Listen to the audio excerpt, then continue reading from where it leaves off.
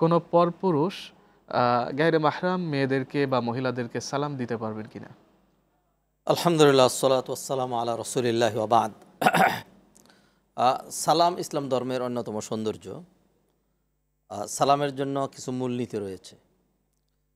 বিশেষ করে সবাই সবাইকে সালাম দিবে, এটি স্বাভাবিক, এবং ব্যাপক হারে সালাম দেওয়ার অনেক ফজিলত রয়েছে। নবীজি বলছেন, 3টি কাজ যদি তোমরা করো তাহলে একেবারে খুব সহজে জান্নাতে প্রবেশ করতে পারবে। তার মধ্যে একটা হলো আফসুস সালাম, ব্যাপক হারে সালাম দেওয়া।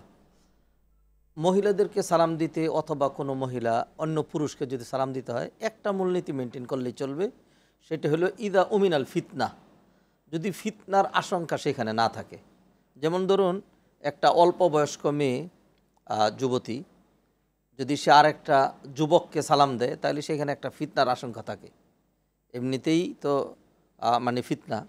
নবীজি হাদিসে বলছেন, মা তারাক্তু বাদি ফিতনাতান আদররা আলা রিজাল মিনান নিসা, আমি আমার উম্মতের জন্য মহিলাদের চেয়ে বড় আর কোনো ফিতনা রেখে যাচ্ছি না। তাহলে এই অবস্থা সালাম দিবে না। যদি এমন হয় যে একটা অল্প বয়স্ক মেয়ে একজন বয়স্ক পরপুরুষ গায়রে মাহরাম, কিন্তু বয়স্ক বৃদ্ধ মানুষ, বড় শেখ, বড় আলেম, মুসলিম প্রবীণ ব্যক্তিত্ব, তাকে সালাম দিতে পারবে, এখানে ফিতনার সম্ভাবনা নেই। ঠিক তদ্রূপ এর উল্টা, যদি এরকম হয় যে একটা যুবক ছেলে একজন বয়স্ক মহিলা, হতে পারে সম্পর্কে খালা, সম্পর্কে নানি, অথবা সম্পর্কে দাদি, যেটা মাহরাম নয়, ডাইরেক্ট সালাম দিতে পারবে, বরং সালাম দেওয়া উচিত। অতএব সালাম শুধু পুরুষে পুরুষে, মহিলা মহিলা এরকম না, মহিলা পুরুষে সালাম দিতে পারবে। শর্ত শুধু একটাই, সেখানে ফিতনার আশঙ্কা আছে কিনা। যদি মনে হয় আশঙ্কা আছে, তাহলে সালাম দেওয়ার প্রয়োজন নেই। আর যদি আশঙ্কা না থাকে, সেক্ষেত্রে সালাম দিতে পারবে। মোহতারাম, আমাদের কাছে আরও একটি প্রশ্ন আছে, সেটা হলো জালালি কবুতর বা বন কবুতর, যেগুলো আমরা সাধারণভাবে দেখে থাকি, এগুলো খাওয়া জায়েজ রয়েছে কিনা? নবীজি সাল্লাল্লাহু আলাইহি সাল্লাম একটা মূলনীতি দিয়েছেন আমাদেরকে। সেই মূলনীতিটা হলো যে 2 ধরনের প্রাণীকে আল্লাহ হারাম করেছেন। একটা হলো যিনাবিম মিনাস সিবা, চতুষ্পর্যন্ত যেটা দাঁত দিয়ে শিকার করে, যেমন বাঘ, সিংহ, শৃগাল, তারপর হায়ানা, কুকুর, এই ধরনের, এগুলি হারাম।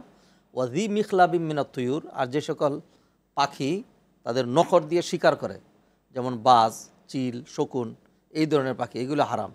এছাড়াও অন্য যে সমস্ত পাখি আছে সেগুলোর জন্য একটা মূলনীতি, সেটা হলো যদি কোনো নির্দিষ্ট মালিক থাকে তাহলে সেটা খেতে পারবে না। আর যদি মালিকের বাহিরে হয়, যেমন আপনি যেটি বলেছেন বনে, এটা বনে অনেক কিছু এরকম থাকে, মরুভূমির প্রাণী কেউ ধরে খেলো, মালিক নাই।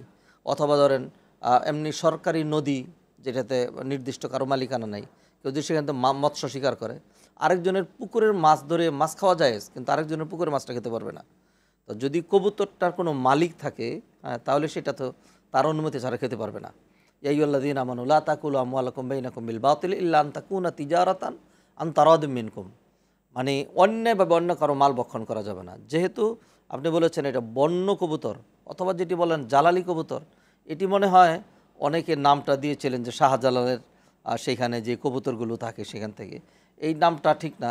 মানে কবুতর যেগুলি সব কবুতর, অতএব কবুতর যদি পালা কবুতর হয় তাহলে যে মালিক তার অনুমতি ক্রমে, আর যদি পালা ছাড়া হয় না থাকে, তাহলে বন্য প্রাণী, তাহলে সে শিকার যদি করে, শিকারের মাধ্যমে তার মালিকানা সাব্যস্ত হবে, তাহলে সে সেটা খেতে পারবে।